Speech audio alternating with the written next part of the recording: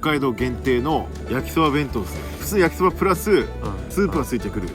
これが中華スープの素。これを入れとくの。150cc 入れていきます。そしたらあとは普通でしょ。もううまい。スープいただきます。普通に中華スープじゃん。だごうまい。いや、中華スープと焼きそば合うわ。考えとるね。